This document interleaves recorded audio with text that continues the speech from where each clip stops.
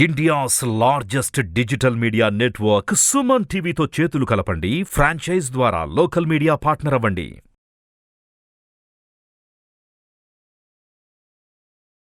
నమస్కారం, నేను మీ జాహ్నవి. మనతో ఉన్నారు ప్రముఖ జ్యోతిష్య వాస్తు పండితులు, జ్యోతిష్య వాస్తు శిక్షణ నిపుణులు, లలిత ఉపాసకులు బ్రహ్మశ్రీ నానాజీ పట్నాయక్ గురువు గారు. ముందుగా ప్రేక్షకులందరికీ కూడా ధనత్రయోదశి శుభాకాంక్షలు. మరి ధనత్రయోదశి చాలా విశేషమైన పర్వదినం, అందున శుక్రవారం వచ్చింది కదా. మరి ఆ డీటెయిల్స్ ఏంటో ఒక్కసారి డీటెయిల్డ్గా గురువుగారి మాటల్లో అడిగి తెలుసుకుందాం. నమస్కారం గురువుగారు. శ్రీమాత్రే నమః. గురుగారు, ప్రశ్న అడగడానికి ముందే ఒకటి, మన వ్యూస్ అందరూ అంటారు కొంచెం ముందు ఈ వీడియో చేసి ఉంటే మేము అన్ని ప్లాన్డ్గా తెచ్చుకునే వాళ్ళం కదా. ఈ మధ్యన మన వీడియోస్కి పెడుతున్న కమెంట్ అయితే ఇదే, ఎందుకంటే పాపం వాళ్ళు ముందు ఎక్స్పెక్ట్ చేస్తున్నారు. సో మరి రేపే ధనత్రయోదశి యాక్చువల్గా అయితే కదా, అంటే రేపు ఏ సమయం నుంచి వచ్చింది, ఎప్పటి వరకు చేసుకోవచ్చు? ఒకవేళ అప్పటికప్పుడు వీడియో చూసినా సరే కాస్త వీలుగా ఉండేలాగా, ఎందుకంటే కాస్త లేట్ అయిందనే చెప్పాలి, కాస్త అందరికీ వీలుగా ఉండేలాగా ధనత్రయోదశి రోజు ఆచరించవలసిన విధి విధానాలు డీటెయిల్గా వివరించండి గురూజీ. ఫస్ట్ ఆఫ్ ఆల్ ఏంటంటే ధనత్రయోదశి, దీన్నే నార్త్ వైపు ధన్తేరస్ అంటూ ఉంటారు. మరియు మరొకటి ఏంటంటే ఈరోజు ధన్వంతరి, ఆ విష్ణుమూర్తే ధన్వంతరి రూపంలో ఆవిర్భవించాడని, లక్ష్మీదేవి ఆవిర్భవించినటువంటి రోజుని, చంద్రుడు పాలసముద్రం నుంచి వచ్చిన రోజని చెప్తూ ఉంటారు. అయితే ఈ ధనత్రయోదశి రోజు అసలు ఏమి చేయాలి? సర్వసాధారణంగా మనకి లక్ష్ముల్లో ఆరోగ్యం కూడా ఒక లక్ష్మే. ఆరోగ్యం బాగుండాలి అంటే ఈ ధనత్రయోదశిని ఆయుర్వేదం శాస్త్రంలో వాళ్ళు బాగా వాడతారు. దీన్ని ఈరోజు ప్రత్యేకంగా అశ్విని నక్షత్రం వచ్చిన రోజు ప్లస్ ఈరోజు ప్రత్యేకంగా ఏంటంటే కొన్ని ఆయుర్వేద సంబంధించినవి తయారు చేసేటప్పుడు మంత్రంతో తయారు చేస్తారు ఈరోజు. అని నిజంగా అంత శాస్త్రం ఇప్పుడు ఫాలో అవుతున్నారని శాస్త్రంలో ఉన్నటువంటివి ఇవన్నీ కూడా.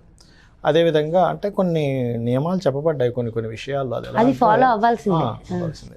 అంటే కొన్ని తిథుల్లో, కొన్ని నక్షత్రాల్లో, కొన్ని లగ్నాల్లో కొన్ని తయారు ఏవైతే చేస్తామో దాని యొక్క అంటే దాని ఏదైతే క్వాలిటీ ఉంటుందో పెరుగుతుంది కూడా, ఆటోమేటిక్గా పెరుగుతుంది. పవర్ ఖచ్చితంగా పెరుగుతుంది, అందులో ఎటువంటి సందేహం లేదు.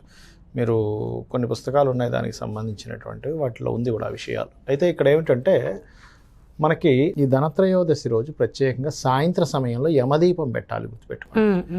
యమదీపం పెట్టడం ద్వారా కలిగే ఫలితాలు ఏమిటి అంటే యమ బాధల నుంచి బయటపడతాడు మనిషి, గుర్తుపెట్టుకోండి.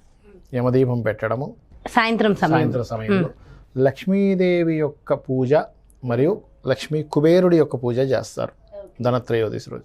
అయితే చాలామంది ఏంటంటే ధనత్రయోదశి రోజు వెళ్ళి బంగారం కొనుక్కుంటుంటారు. ఎలా అయితే అక్షయ తృతీయ నాడు కొనుక్కుంటామో అదే విధంగా కొనుక్కుంటూ ఉంటారు. అయితే కొనుక్కోవడం దోషమేం కాదు, కానీ శాస్త్రంలో ఎక్కడ బంగారం కొనుక్కోమని అయితే లేదు. కొనుక్కుంటారా? కొనుక్కోండి, ఎందుకంటే చక్కగా బంగారం ఇప్పుడు పెరిగేదే.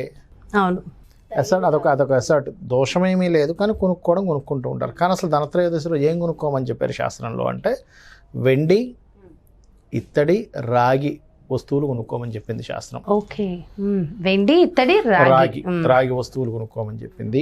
మరియు దీపము దానంగా ఇవ్వమని చెప్పింది ధనత్రయోదశి రోజు. సాయంత్ర సమయంలో అమ్మవారి యొక్క నామాలు ఏవైతే అమ్మవారికి సంబంధించిన నామాలు, మరియు అదేవిధంగా ఉసిరి దానం ఇవ్వమని చెప్తుంది. కనకదార స్తోత్ర పారాయణం ఇంట్లో వాళ్ళందరూ కూర్చొని చేయాలట సాయంత్రపు సమయంలో ధనత్రయోదశి రోజు. అదేవిధంగా ఈరోజు చేయవలసిన మరికొన్ని ముఖ్యమైనటువంటి విషయాలు ఏమిటంటే అకౌంట్ బుక్స్ అంటారు చూసారా, అకౌంట్ బుక్స్ ఈరోజు స్టార్ట్ చేయాలి ధనత్రయోదశి రోజు. అంటే కొత్త పుస్తకం తీసుకొచ్చి అమ్మవారి దగ్గర పెట్టి ఆ రోజు నుంచి కనుక ప్రారంభించినట్లయితే ధనత్రయోదశికున్న గొప్పతనం ఏంటంటే గ్రోత్ అనేది పెరుగుతుంది దీనివల్ల. ఇది ప్రధానంగా మనకు చెప్పబడింది. అదేవిధంగా ఎవరికైనా అనారోగ్య సూచనలు ఎక్కువగా ఉన్నాయనుకోండి, ఉత్తరానికి ఈశాన్యానికి మధ్య భాగాన్ని వాస్తుశాస్త్రంలో ఉత్తర ఈశాన్యము అంటూ ఉంటారు. ఆ ఉత్తర ఈశాన్యాన్ని ఇంగ్లీష్లో కనుక చూసుకున్నట్లయితే నార్త్ ఈస్ట్ అంటారు. అంటే ఇది తూర్పు అనుకోండి. ఉదాహరణకి మనం ఇక్కడ నిలబడ్డాం ఇంట్లో, ఇక్కడ నుంచి సూర్యోదయం అవుతుంది. మన ఎడమ చేతి లెఫ్ట్ హ్యాండ్స్ వైపు ఉండేది ఉత్తరం. చాలామందికి ఈ డైరెక్షన్స్ కూడా తెలియవు, అందుకే చెప్తున్నాను. ఉత్తరం, ఈ ఉత్తరానికి ఇది తూర్పు కదా, ఈ రెండింటికి మధ్యలో ఉండే కొస ఈశాన్యం. ఈ కొసకి ఈ ఉత్తరానికి మధ్యలో ఉండేది ఉత్తర ఈశాన్యం. అక్కడ కనుక ధన్వంతరి బొమ్మ పెట్టి మీ మెడిసిన్స్, ఇంట్లో వాడే మెడిసిన్స్ అక్కడ పెట్టి ఆ ఉత్తరం గోడకు మొత్తం వైట్ కలర్ ఉన్నట్లయితే ఆ రోజు నుంచి ఆరోగ్యంగా ఉండేటువంటి శాతం పెరుగుతుంది, అనారోగ్య శాతం తగ్గుతుంది. అది ప్రత్యేక. సో ఆరోగ్యం నిజంగా దాంతోనే ఐశ్వర్యం కూడా ఉంటుంది.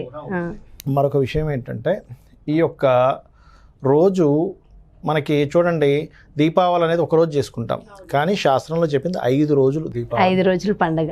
5 రోజులు పంచపర్వములు అంటూ ఉంటారు. ధనత్రయోదశి ఒకటి, రెండవది ఏమిటి నరక చతుర్దశి, దీపావళి, బలిపాడ్యమి, భగినీ హస్త భోజనం. ఈ 5 రోజులు పంచపర్వాలు అంటారు వీటిని. ఈ 5 రోజులు కూడా మీరు నువ్వుల నూనెతో దీపం వెలిగించడం. ఇందులో మొదటి రోజు మనం ధనత్రయోదశి గురించి మాట్లాడుకుంటున్నాం కాబట్టి బయట, ఇంటి బయట, గుమ్మం బయట ముగ్గులాగా వేసి, ఒక పుష్పం లాంటి ముగ్గులా వేసి చుట్టూ పుష్పాలు పెట్టి దీపాన్ని పెడతారు. అది యమబాధలు తగ్గించడానికి చేసేటువంటి ముగ్గుగాను, అదేవిధంగా యమబాధలు తగ్గడానికి చేసేటువంటి దీపంగాను వెలిగిస్తారు ధనత్రయోదశి రోజు. అయితే గురువుగారు రేపు మధ్యాహ్నం నుంచి ఉంది, ఎల్లుండి మధ్యాహ్నం దాకా అనేసి అంటున్నారు కదా.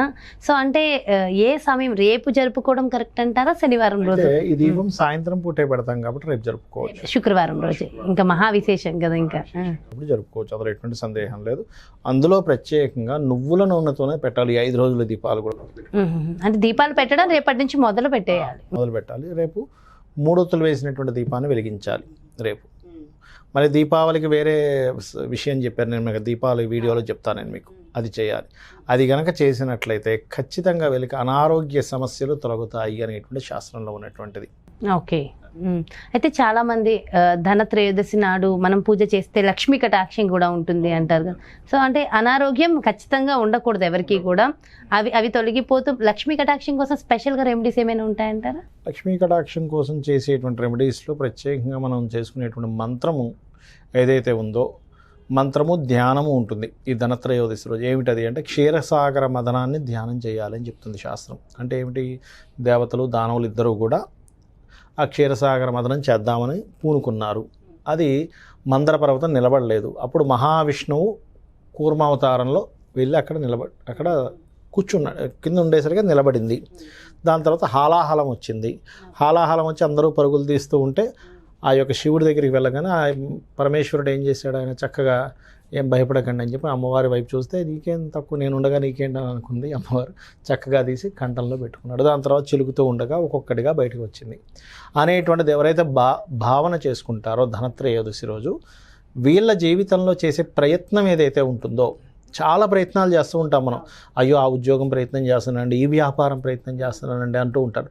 ఆ ప్రయత్నం ఖచ్చితంగా సక్సెస్ అవుతుంది ధనత్రయోదశి రోజు. అదేవిధంగా మీ గోల్స్ ఉంటాయి, గోల్ సెట్ చేసుకునేటువంటి రోజుగా కూడా చెప్తారు దీన్ని. అంటే మనం ఒకరోజు ఒక పుస్తకం పెట్టుకొని నేను ఈ రోజు నుంచి ఈ గోల్ ఇట్లా రీచ్ అవుతాను, నేను ఈ రోజు నుంచి ఈ అలవాట్లు చేసుకుంటాను, ఈ అలవాట్లు మార్చుకుంటాను అని అనుకున్నట్లయితే కూడా ధనత్రయోదశి రోజు మీకు సంకల్పం పెరుగుతుంది. కొంతమంది చాలా రోజుల నుంచి అనుకుంటూ ఉంటారు, అబ్బా నేను మారాలని, బట్ ఆ రోజు ఎప్పుడు అనేది ఇంకా తెలియదు. సో ఇది రైట్ డే. సో ఖచ్చితంగా చేంజ్ అనేది ఉంటుంది. దానికి మంత్రం ప్రత్యేకంగా ధర్మాధార ధనాధ్యక్ష ధనధాన్య వివర్ధిని అయి నమః. ఓకే, ధర్మాధార ధనాధ్యక్ష అంటే ధర్మమునకు ఆధారము అమ్మవారు, ధర్మాధార ధనాధ్యక్ష ధనమునకు అధ్యక్షురాలు, ధన ధాన్య వివర్ధిని ధనమును ధాన్యమును పెంచేటువంటి తల్లి, ఇచ్చేటువంటి తల్లి అని అర్థం అనమాట. సో ఆ లలిత అమ్మవారు అది చేసుకుంటూ ఇది ఆ రోజున అలా స్టార్ట్ చేస్తే నిజంగా చాలా బాగుంటుంది. అందరూ అనుకుంటూ ఉంటారు జనవరి 1ని మనం గోల్స్ డేగా, ఆ రోజు నుంచి కొత్త కొత్త గోల్స్ మొదలు పెడతారు. సో ఇప్పుడు నాకు అనిపిస్తుంది ఈ రోజు మొదలు పెట్టి ఆ రోజుకి మనం అచీవ్ అయ్యి ఇంకా నెక్స్ట్ స్టెప్ వేస్తే ఇంకా బాగుంటుంది కదా. సూపర్, చాలా చాలా బాగా ఎక్స్ప్లెయిన్ చేశారు గురువు గారు, అండ్ చాలా ఒక మంచి విషయం, కొత్త విషయాన్ని కూడా తెలియజేశారు. Thank you so much Guruji. నమస్కారం. ఎస్, చూసారు కదండి, మరి ఇది ధనత్రయోదశి అద్భుతమైన రోజు. సో చాలా మంది అనుకుంటూ ఉంటారు కదా జనవరి 1 నుంచి మనం కొత్త గోల్స్ రీచ్ అవ్వాలి అని. కాదు, మన సనాతన ధర్మం ప్రకారం, మన సంప్రదాయం ప్రకారం ఈ రోజుని మనం కనుక మన కొత్త గోల్స్ స్టార్ట్ చేస్తే, అఫ్కోర్స్ మనం కొన్ని సరదా కోసం వెళ్తూ ఉంటాం కదా, ఆ రోజు లోపు అంటే దగ్గర మనకి ఇంకొక 50 రోజుల వరకు ఉంది కదా, ఒక 50 డేస్. ఆ 50 డేస్లో మనం ఒక గోల్ అంటే ఒక 40 డేస్ పైనే ఉంది. ఆ గోల్ని అయితే రీచ్ అయ్యి ఆ రోజుకి మనకు అందులో ఉండే సాటిస్ఫాక్షన్ కూడా చూడొచ్చు. సో మరి కొత్త గోల్స్ ఎవరైనా పెట్టుకోవాలనుకున్నా ఫ్యూచర్ ఎదగాలి అని అనుకున్న ధనం కోసము, ఆరోగ్యం కోసము ఖచ్చితంగా ఈ రోజుని ఎలా మనం గడపాలనేది ఎంతో డీటెయిల్గా వివరించారు కదా గురువుగారు. మరో చక్కటి ప్రత్యేకమైన కార్యక్రమంతో మళ్ళీ మీ ముందుకు వచ్చేస్తాను. సో 1-2 సార్లు చూసి డీటెయిల్డ్గా ఈ పూజను జరుపుకోండి, అంతా శుభం చేకూరుతోంది. మరి అదేవిధంగా మీ యొక్క జాతకానికి సంబంధించి కానీ లేదంటే మీ ఇంటి వ్యాపార వాస్తుకు సంబంధించి కానీ గురువు గారిని సంప్రదించాలి, అపాయింట్మెంట్ కావాలి అనుకుంటే క్రింద డిస్ప్లే అవుతున్నటువంటి నెంబర్స్కి కాల్ చేయండి. నమస్కారం.